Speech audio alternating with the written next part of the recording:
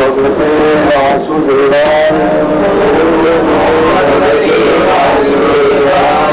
ओम नमो भगवते वासुदेवाय।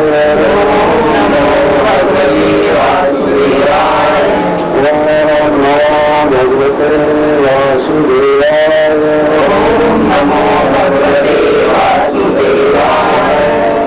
ओम भगवान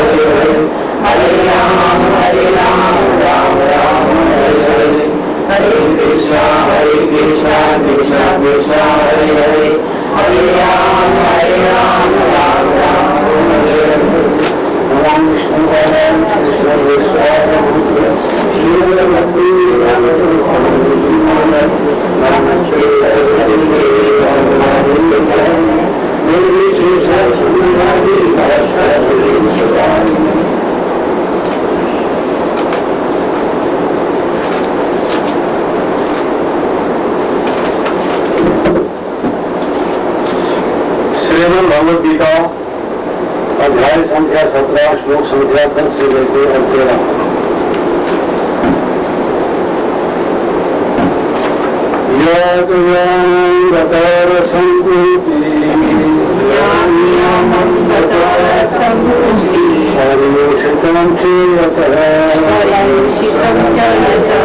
उच्चिष्टमपि चामेभ्यं भोजनं तामस्प्रियः। ज़्यादा सही रहा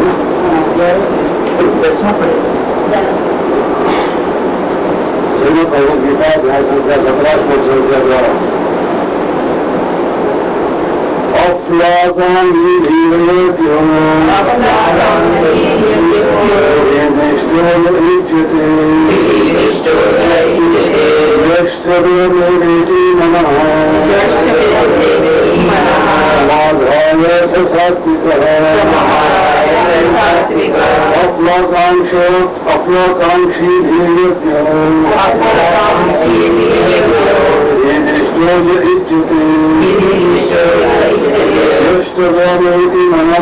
यष्टवामेति मनः समाधाय च सात्विकः। अफ्लाकाक्षी धीयज्ञो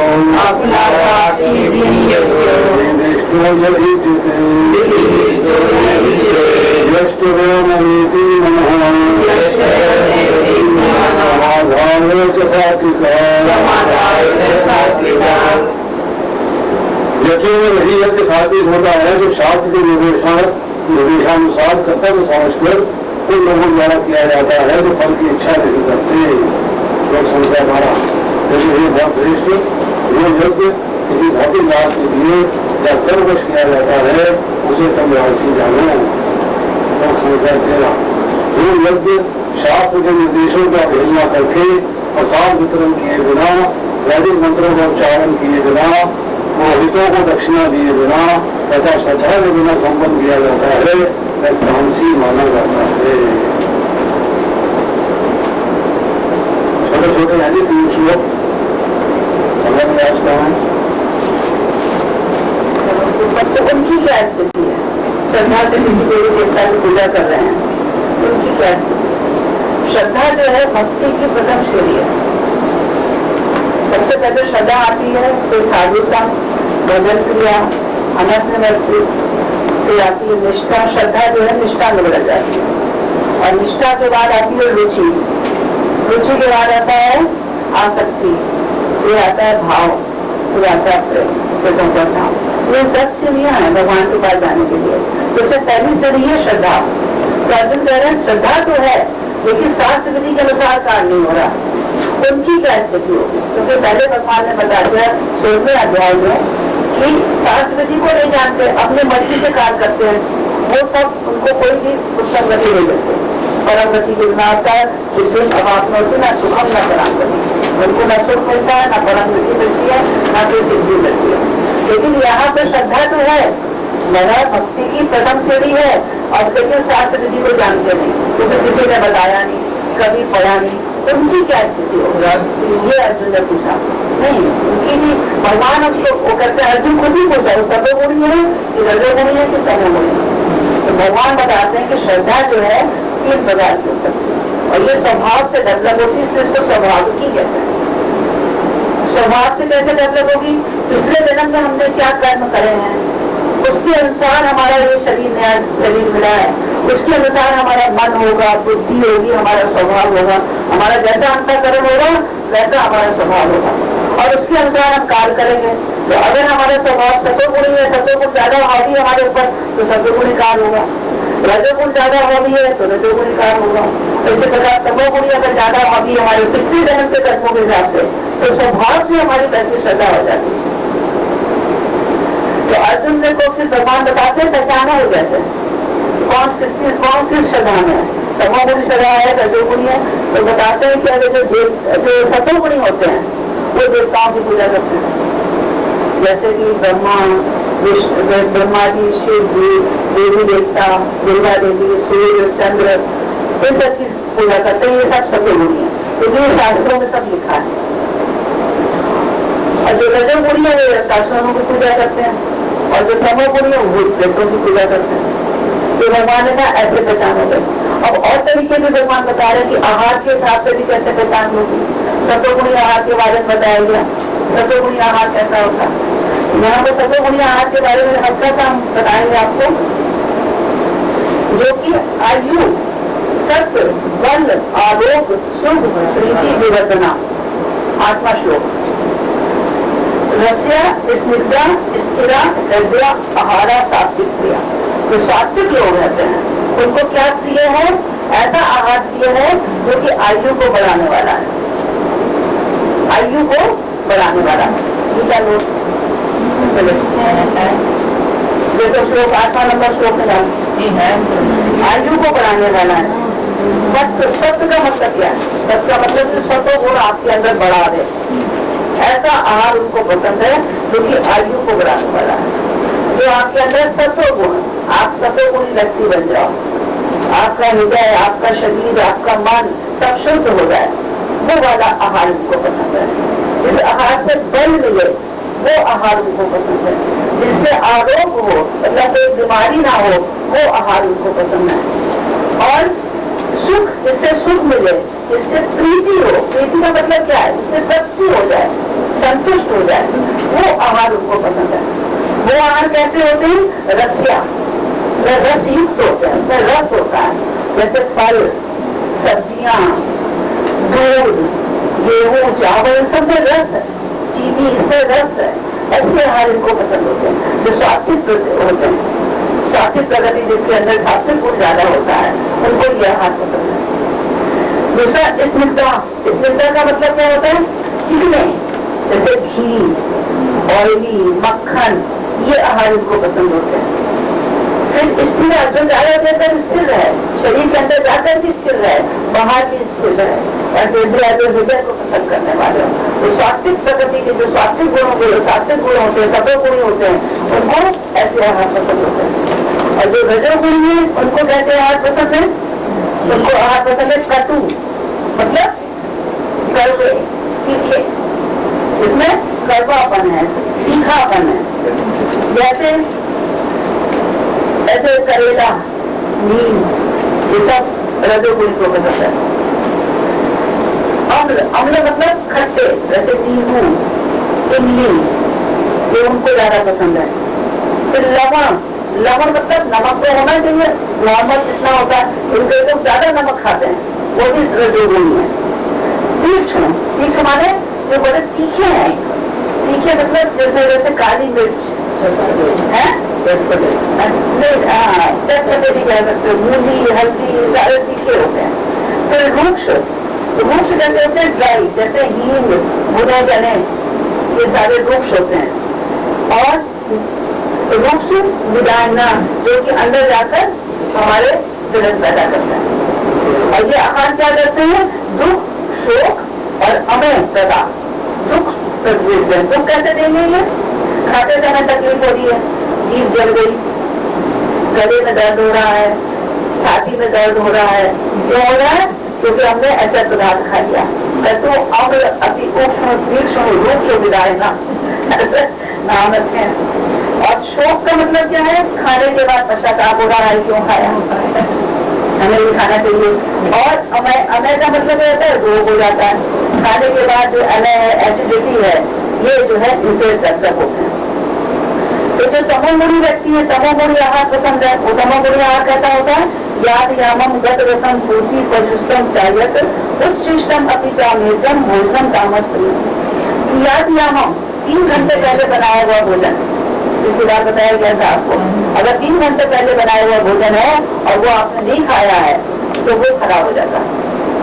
तो 3 घंटे के अंदर अंदर भगवान को भोग लगा के रख देना चाहिए। और चाहे उसको फिर वो भोजन दिन हो जाता है, एक बार भगवान को भोग लग गया तो उसके बाद उसके अंदर खराबी नहीं आती, फिर आप उसको फ्रिज में वगैरह रखकर चाहे शाम को खा लो, लेकिन 3 घंटे से पहले आप भगवान को भोग लगा दो, उसको ज्यादा देर नहीं रखना चाहिए।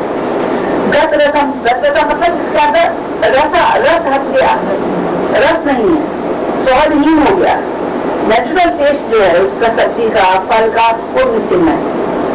फिर पूंजी, पूंजी का मतलब होता है दुर्गंध युक्त, जैसे प्याज, लहसुन, सिरका, ये सब दुर्गंध युक्त है, ये पूंजी आते हैं। फिर परशुतम, परशुतम मतलब सड़ा हुआ, जो बिगड़ गया, ओवरराइट, जो सड़ गया, वो हो गया। उच्चिष्टम, उच्चिष्टम का मतलब है झूठा। तो गुरु का, साधु का और भगवान का झूठा हम खा सकते हैं, और किसी का झूठा हमें नहीं खाना चाहिए। गुरु का और साधु का भी, अगर कोई साधु है, भक्त है, वैष्णव है, उसका हम झूठा खा सकते हैं। और गुरु का खा सकते हैं, भगवान का प्रसाद छोड़कर सब कुछ सिस्टम है। और अमृतम मतलब अस्पर्श पदार्थों से बना हुआ, इसको हम स्पर्श कर रहे हैं, मीट, अंडा, मछली, अस्पर्श पदार्थों से बना हुआ भोजन, ये तामस लोगों को तामसिक आहार है। और आहार के बारे में बताने के बाद भगवान बताते हैं और भी तरीके हैं जानने के। एक तो पहले पूजा का बताया, सतोगुणी का से देवताओं की पूजा करते हैं, रजोगुणी जैसे असुतों की, तमोगुणी भूत प्रेतों की। अब फिर आहार का बताया कि आहार कैसा होता है। सतोगुणी आहार कैसा होता है कि दिल को, मन को पसंद करने वाला, तृप्ति देने वाला, संतोष देने वाला, आयु बढ़ाने वाला, रोग को दूर करने वाला। रजोगुणी आहार कैसा होता है? बीमार करने वाला।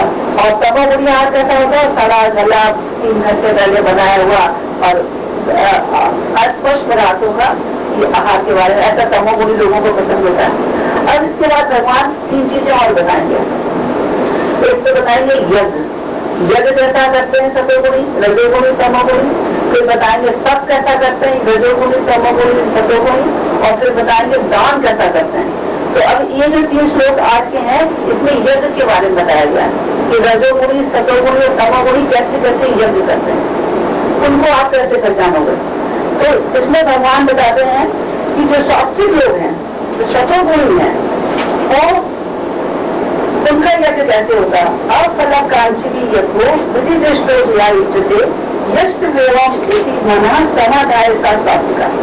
अफलकांक्षी लोग मतलब कि जो को फल की आकांक्षा नहीं है, अफलकांक्षी मतलब उनको फल की आकांक्षा नहीं है, बिना फल की आकांक्षा से विधि दृष्टो, विधि दृष्टो का मतलब क्या है? शास्त्र में जो विधि बताई गई है उसके अनुसार जो कार्य कर रहे हैं, शास्त्र की विधि के अनुसार बिना फल की इच्छा के। और वेस्ट व्ययम इति, वेस्ट व्ययम इति का मतलब क्या होता है कि हमें ऐसा करना चाहिए, ये हमारा कर्तव्य है। कर्तव्य मानकर जो इसको करते हैं, फल की इच्छा नहीं है, शास्त्रों के अनुसार है और कर्तव्य मानकर कर रहे हैं। वो जो है यज्ञ जो है शास्त्रीय यज्ञ रहता, मतलब अपने वर्णाश्रम ग्रंथ के अनुसार से हमें इस यज्ञ को अवश्य करना चाहिए। ऐसा शास्त्रिक लोगों के दिमाग में होता है, बुद्धि में होता है, जैसे कि वो यज्ञ करते हैं, ये शास्त्रिक यज्ञ है। अब ये बताइए हमें कि यज्ञ क्या है? यज्ञ तो समझ में आ गया, शास्त्रीय यज्ञ क्या करते हैं, यज्ञ है क्या? भगवान को हमसे जोड़ते हैं। यज्ञ ऐसी क्रिया है जिसके माध्यम से हम अपने आप को भगवान से जोड़ते हैं। जैसे एक नदी है, नदी के इस पार भगवान है और इस पार हम हैं, तो हम कैसे जोड़ेंगे भगवान से? ये पुल मिल जाए तो हम पुल से भगवान से जुड़ जाएंगे, जब से रह जाएंगे। तो ये पुल का कार्य करता है यज्ञ। तो यज्ञ क्या है? पुल का कार्य करता है। यज्ञ अर्थात कर्मणों अन्य लोगों कर्मबंधना तदर्थम कर्म कौन है मुक्त संज्ञा समाचार।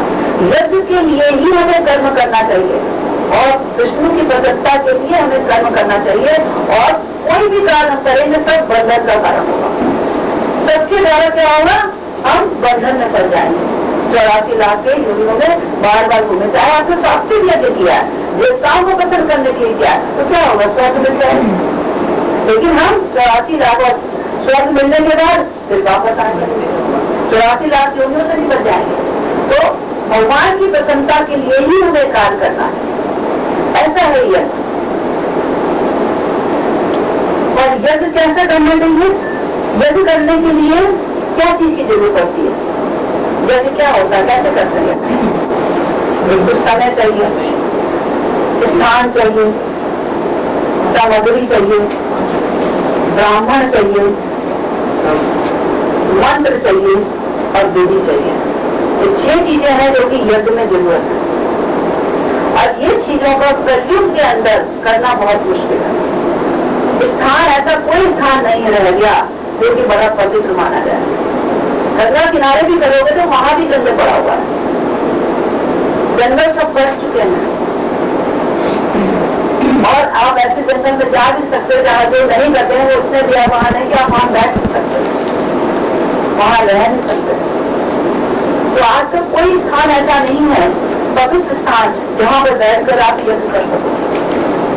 काल, समय नहीं है, लोग इतना लेट सोकर उठते हैं, अगर आप उठ भी जाए तो दूसरे ब्राह्मण नहीं आएगा उस समय तक, तो अपने कार्य न समय है न स्थान है। और सामग्री आकर कोई भी चीज शुद्ध नहीं है।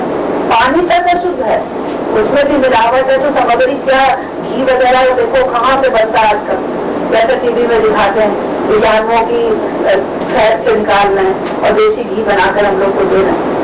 जानवरों की हड्डियां हैं, हड्डियों को गला करके उनका फैट निकाल के बेच रहा है देसी घी के नाम से। तो कहाँ शुद्धता रह गई? तो ब्राह्मण, कौन सा ब्राह्मण ऐसा है जो कि ठीक से उच्चारण कर सके मंत्रों का? मंत्र का ठीक से नहीं बता पाएगा, और संस्कृत आती नहीं उसको ठीक से, तो अपने ही क्रियाकर्म में फंसा हुआ है। और विधि भी नहीं जानते ठीक से। तो 6 चीजें कलयुग के अंदर बहुत मुश्किल है। और मान लो कर लिया किसी ने, समय भी मिल गया, स्थान भी मिल गया, विधि भी मिल गई, सामग्री भी शुद्ध मिल गई, ब्राह्मण भी मिल गया, मंत्र भी शुद्ध बोल दिया, तो उसको क्या होगा?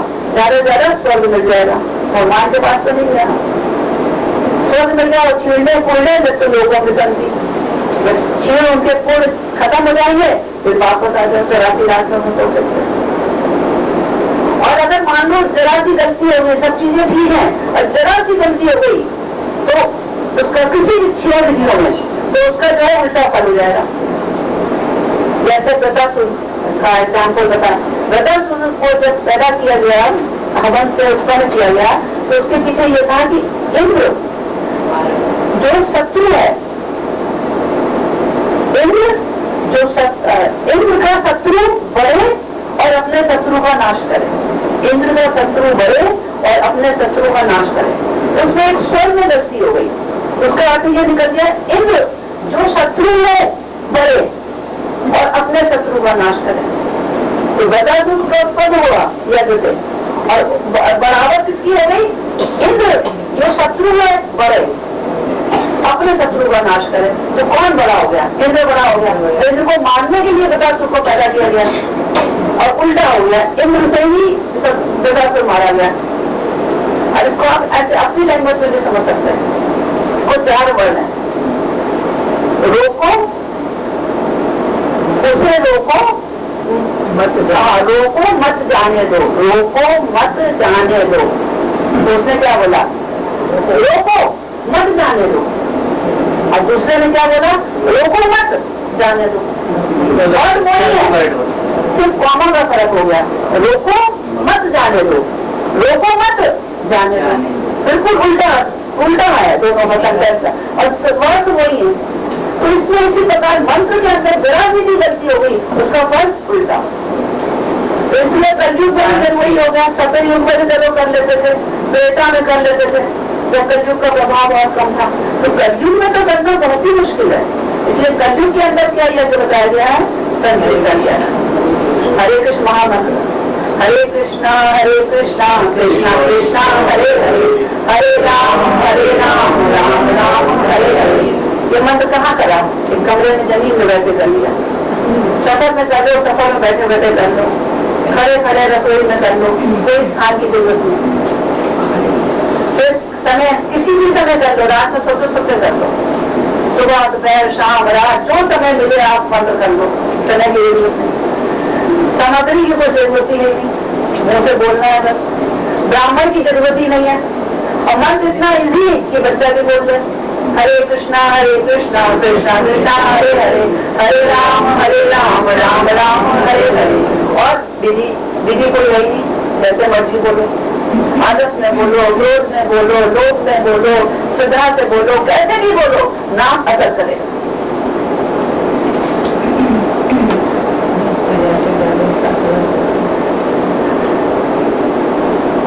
तुलसीदास जी का एक दोहा है, तुलसी अपने राम को रीझ भजो या खींच, तुलसी अपने राम को रीझ भजो या खींच, खेत परत सब जगत है उल्टे सीधे रीझ। आपने चाहे उल्टा होकर जपा है, चाहे सीधा होकर जपा करे, मन से करा है, आदत से करा है, बुरे भावना से करा है, आपको उसका फल मिलेगा ही मिलेगा। तो इसलिए यज्ञ कलयुग के लिए सिर्फ यज्ञ है संकीर्तन यज्ञ। इसके द्वारा हम अपने आप को भगवान से जोड़ सकते हैं। हमें ऐसा कार्य करना चाहिए कि भगवान की भक्ति के लिए जो हम भगवान के लिए कार्य करते हैं, सुबह उठकर भगवान का सेवा करते हैं, जो भी भक्ति करते हैं, ये सब यज्ञ। और इसके अलावा जो हम कार्य करते हैं वो सब वेस्ट है, वो हमें बंधन में बांधेगा, 84 लाख के बंधनों में हमें बांधेगा। तो इसलिए यज्ञ करना बहुत जरूरी है। तो यज्ञ भी भगवान ने ये सारी यज्ञ विष्णु सत्वगुरु के हैं, जो कि हम लोग संकीर्तन यज्ञ या भगवान की सेवा करते हैं सत्वगुण से। सत्वगुण से भी सत्वगुण जो होता है ये इसके अंदर थोड़ा थोड़ा मिलावट होती है, रजोगुण भी थोड़ा मिलेगा, तमोगुण भी थोड़ा बहुत मिल जाएगा, लेकिन जो विशुद्ध सत्वगुण है जिसमें इन तीनों की मिलावट नहीं है, उसके अंदर हम भगवान की भक्ति करते हैं, उसमें हम अपने आप को भगवान से जोड़ते हैं। तो हमें विशुद्ध सत्वगुण में होकर हरे कृष्ण महामंत्र करना है और भगवान की सेवा करनी है, भक्ति करनी है। जिससे कि जो भी हम कार्य करते हैं दिन में, तो कार्य करते हैं, क्या कार्य करते हो आप लोग? कमाने जाते हो, और जो लेडीज है घर में खाना बनाती है, तो खाना कमा के जाकर किस लिए सामान लाते हो? सर में घर ठीक से चले, खाना सबको ठीक से मिले, सारे बच्चे ठीक से कपड़े पहने, ठीक से पढ़ाई करें, सब चीजें वैसी हो रही है ना।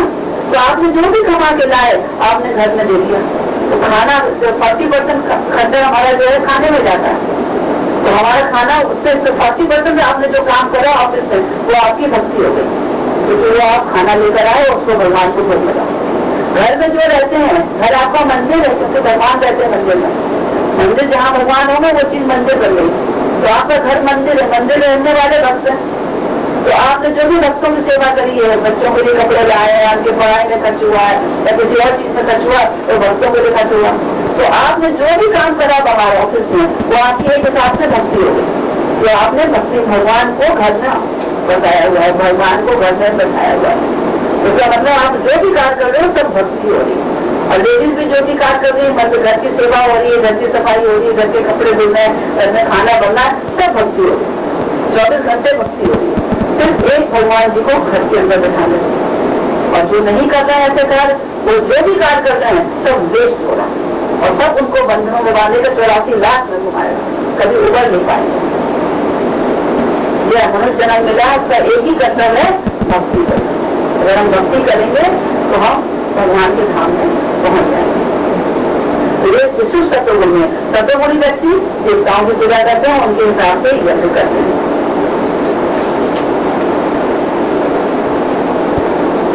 और यज्ञ करने से एक फायदा और होता है, भगवान को तो हमने प्रसन्न कर ही दिया, देवता भी प्रसन्न हो जाते हैं जिनके लिए हम यज्ञ करने बैठे हैं। उनका अलग से यज्ञ करने की जरूरत नहीं है, भगवान को पसंद करे और देवता भगवान के अंग है, भगवान के सारे अंग है, भगवान से परमिशन लेकर ही सारा कार्य होता है।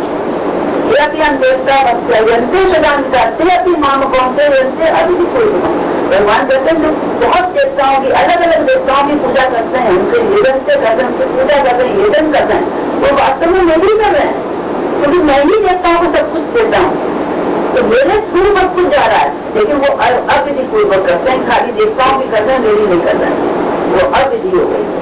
तो हमें जब भी हम भगवान की सेवा करते हैं, भगवान का नाम लेते हैं, सब देवता उससे प्रसन्न रहते हैं। और जब सब देवता भी प्रसन्न हो जाएंगे तो भौतिक संसार में भी हम बड़े सुख से रहेंगे। कैसे?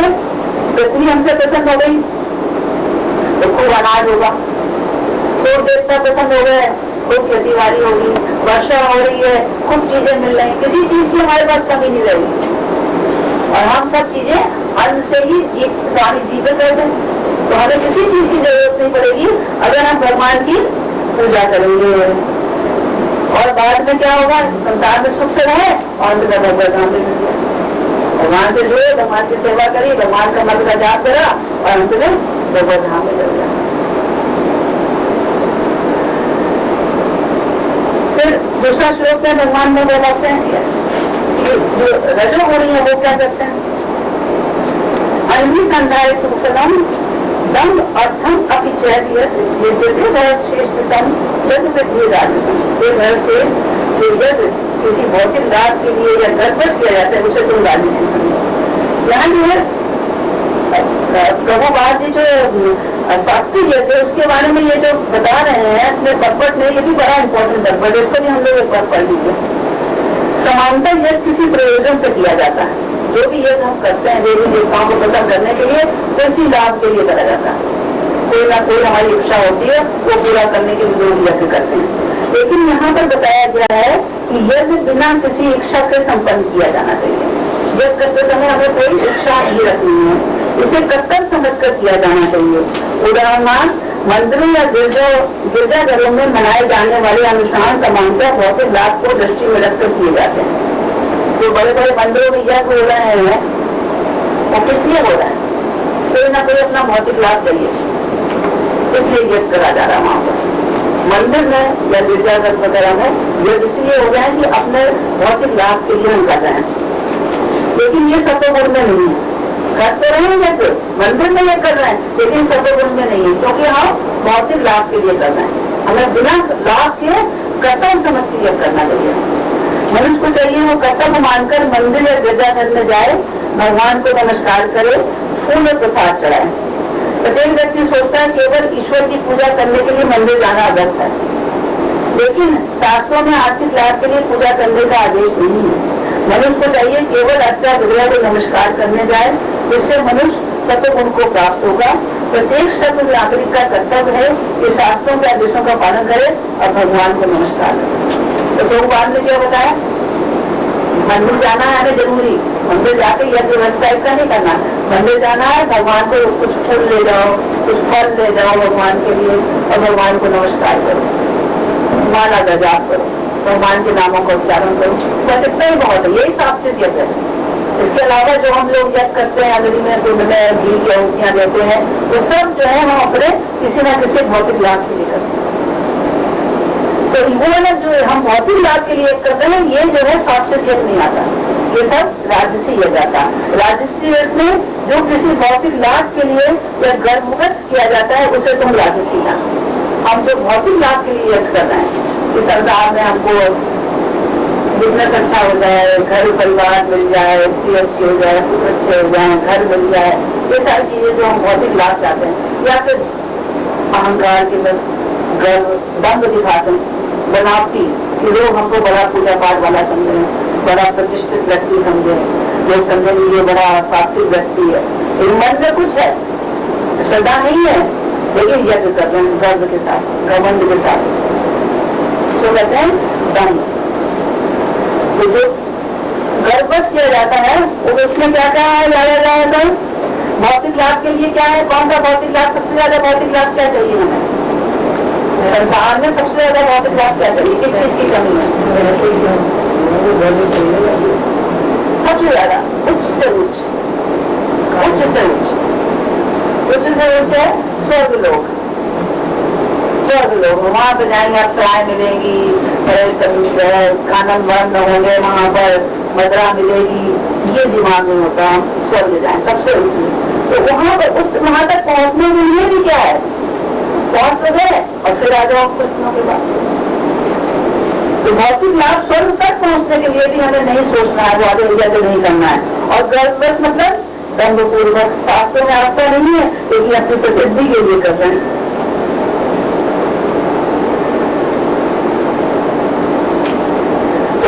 तो रहे शास्त्रों के अनुसार, श्रद्धा भी है, लेकिन चाहिए भौतिक कामना, तो ये वाला जो है राजसी है। श्रद्धा भी है, शास्त्रों के अनुसार भी हो रहा है, लेकिन मिलेगा अगर भौतिक लाभ के लिए कर रहे हैं या गर्भवश कर रहे हैं, तो इससे हमको राजसी मतलब 84 लाख कहीं चक्कर में रहेंगे, मुक्ति नहीं मिलेगी, भगवान के धाम नहीं जाना है। शास्त्रों के अनुसार करा, श्रद्धा के साथ करा, लेकिन भौतिक लाभ के लिए या अपना दम दिखावे के लिए, इससे जो है इसी संसार में 34-84 लाख के चक्र हो रहे हैं। ये राजसी यज्ञ। और तामसी यज्ञ क्या है, जो यज्ञ शास्त्रों की अवहेलना करके मनमाने ढंग से किया जाता है। ये तो राजसी में तो शास्त्रों को मान रहे हैं, लेकिन दूसरे मनमाने मन से शास्त्रों को नहीं मानेंगे, अवहेलना आने में एक कुछ नहीं, तो आप बता रहे हो सही है ऐसा करो, शास्त्रों की अवहेलना करके मनमाने ढंग से किया जाता है। और प्रसाद वितरण के बिना विधि लीना, शास्त्रों में जो विधि लिखी है उसको नहीं माना। अशस्त अन्नम, अन्न का वितरण नहीं किया, अदा किसी को प्रसाद नहीं खिलाया, अन्न अशस्त अन्नम। मंत्रहीनम, मंत्र भी ठीक से नहीं बोले, जो शास्त्रों में मंत्र लिखे वो बने अपने मन से मंत्र बोल रहे। और अदक्षिणम, जो पुरोहित है उनको दक्षिणा भी नहीं दी। श्रद्धा के बिना केवल मनमात्र क्रम की प्रेरणा से अश्रद्धा के साथ जो जब की आहुति दी जाती है वो सब वेस्ट है। शास्त्रों में जो विधि विधान है उन्हें दिए, प्रसाद का वितरण नहीं किया, मंत्र नहीं बोले और दक्षिणा नहीं दी, लेकिन कर रहे हैं बड़ी सरल। ये सब क्या है, अश्रद्धा, श्रद्धा नहीं अश्रद्धा। और इसके साथ क्या होगा, आहुति की जो भी दे रहे हैं, आहुति दे रहे हैं वो सब वेस्ट है, वो सब वेस्ट मात्र है। उससे क्या ज्यादा ज्यादा सोचते हैं घर पवित्र हो गया, बहुत बढ़िया हो गया, सफलता भविष्य हो गया, ये मात्र है। भगवान से मिलना है ये मान लीजिए उसके दिमाग में नहीं है। यहाँ प्रभुपाद जी भी बड़ा अच्छा बताते हैं, तमोगुण में श्रद्धा वास्तव में अश्रद्धा है। कभी कभी लोग किसी देवता की पूजा धन अर्जित करने के लिए करते हैं और फिर वे इस धन को शास्त्र के निर्देशों की अवहेलना करके मनोरंजन कर देता है। पूजा करने देंगे देवता की, आज सब लोग आए, सब लोगों ने चढ़ावा दिया, सब अपना इकट्ठा कर लिया और उसके बाद फिर अपने ऊपर खर्च कर अपना मनोरंजन कर रहे। ये क्या है, तामसी है। करा शास्त्रों में मतलब की बड़ी श्रद्धा के साथ करा, लेकिन शास्त्रों की अवहेलना करके ऐसे धार्मिक अनुष्ठानों को सात्विक नहीं माना जाता है, ये तामसी होते हैं। इससे तामसी प्रवृत्ति उत्पन्न होती है और मानव समाज को कोई लाभ नहीं होता। जो भी हम यज्ञ करें, जो भी उसका पैसा दर्द इकट्ठा होता है, उससे हमें और प्रचार कार्य में लगाना चाहिए और परोपकार में लगाना चाहिए, जिससे लोग ज्यादा से ज्यादा भगवान से जुड़े।